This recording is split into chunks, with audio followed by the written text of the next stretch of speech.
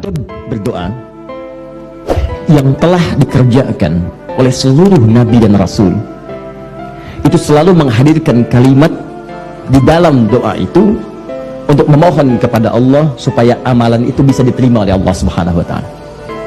Jadi kalau Anda baca dalam Al-Quran, Anda urutkan satu persatu sampai dengan ke atasnya, sampai nabi yang paling tinggi itu senantiasa ketika selesai beramal mereka bermohon kepada Allah sebelum minta doa yang lain.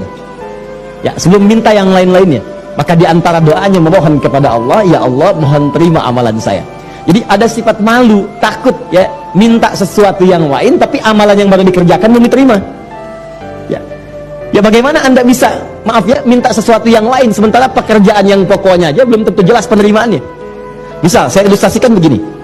Anda bekerja misalnya, bekerja di satu perusahaan, jam kerja jam 8, pulang jam 4, itu yang pokok.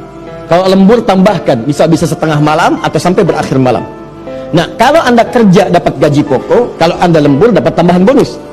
Nah, sekarang Anda baru pulang misalnya dari kantor, akhir bulan kerjanya keluarnya jam 4, kan? Tiba-tiba ketika pembagian gaji itu, gaji akan diberikan, Anda sudah bertanya bonus. Pak, mohon maaf nih, bulan ini ada bonusnya nggak? Sementara Anda sendiri belum tahu bagaimana evaluasi pekerjaan Anda itu. Apakah pekerjaan Anda baik, kan? Apakah pekerjaan Anda sesuai dengan target? Apakah pekerjaan Anda sesuai dengan kualifikasi yang ada di perusahaan itu? Bagaimana Anda bisa berkata dengan ringan, mana bonusnya? Sementara pekerjaan Anda yang pokok belum ditunaikan dengan sempurna. Kecuali ketika Anda bertanya begini, Pak, maaf, bagaimana kualitas pekerjaan saya selama ini? Kalau kira-kira kurang, silahkan Pak berikan masukan supaya saya tingkatkan. Saya ingin lebih bersemangat untuk bekerja di sini supaya mengangkat marwah perusahaan ini dan mencapai target bahkan melebihi target yang telah ditetapkan.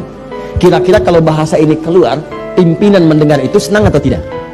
Senang. Anda nggak minta bonus pun, kalau pimpinan sudah senang akan diberikan. Dan Anda dalam pantauan yang baik. Bahkan karir Anda dibimbing, keluarga Anda diperhatikan.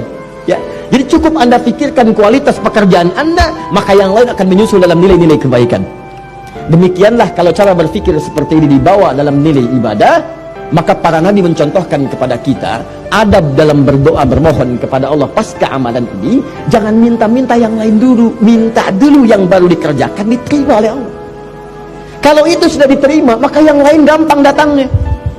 Karena kaidahnya ada di Quran surah 5 ayat 35, paling kanan sebelah bawah di mushaf. Quran surah 5 ayat 35. Bismillah. Ini nyambung ke Quran surah kelima Al-Ma'idah ayat 35. Perhatikan ayat ini. Ini rumus ya. Kalau teman-teman sedang kira-kira ada persoalan yang sama dengan isyarat di ayat ini, cepat kerjakan amalannya. Oke? Perhatikan kalimatnya. Kata Allah, ya ayyuhalladzina amanu taqullah wabtaghu ilaihil wasilah. Hai orang-orang beriman, coba kamu tingkatkan takwamu kepada Allah.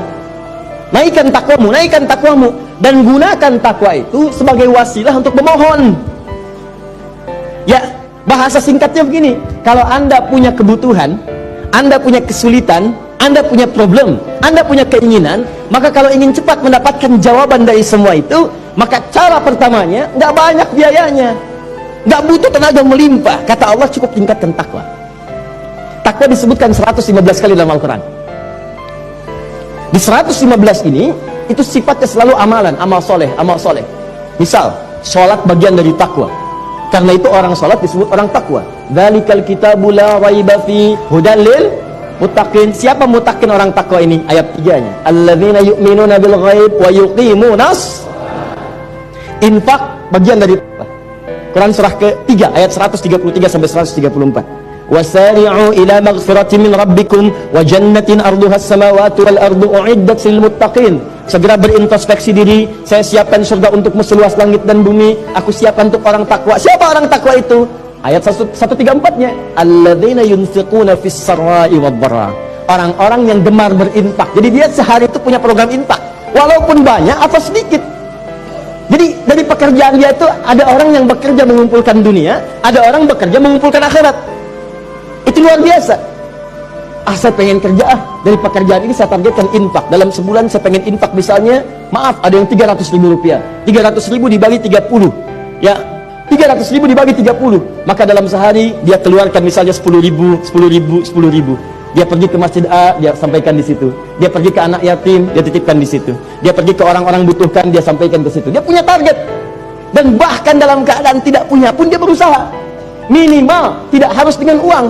Dia datang ke masjid, dia gunakan tenaganya, dia bersihkan misalnya karpet masjid, dia ambil sampah di masjid, dia masukkan ke dalam tong sampah misalnya. Allahu Akbar. Orang-orang seperti itu ketika dia mengambil wasilah untuk mengerjakan amal soleh, maka kata Allah, awas, hati-hati ya, banyak orang yang tidak sadar dengan anugerah ini. Kata Allah, dia diperkenankan oleh Allah untuk menjadikan amal itu sebagai wasilah bermohon kepada Allah, dan itu cara paling cepat mengabulkan doa. Jadi kalau anda punya kebutuhan atau persoalan, kerjakan dulu amal soleh. Tadi sholat, bukan cuma sholat fardu, bangun malam tahajud.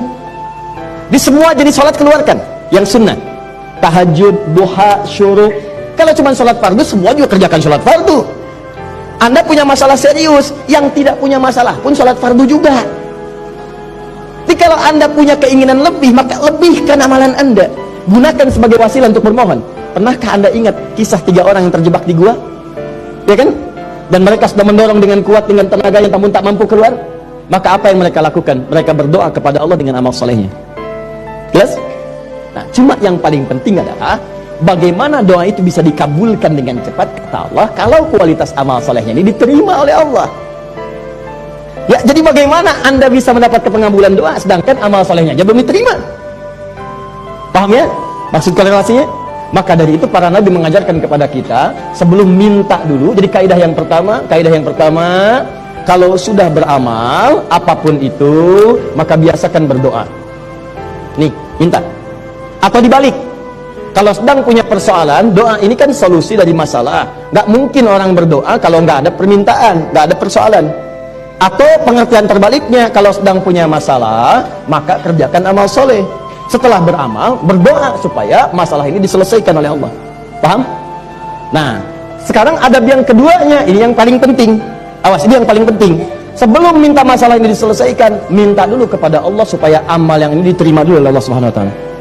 Minta diterima amalan yang ini, baru berdoa untuk menyelesaikan persoalan yang sedang kita hadapi. Jelas?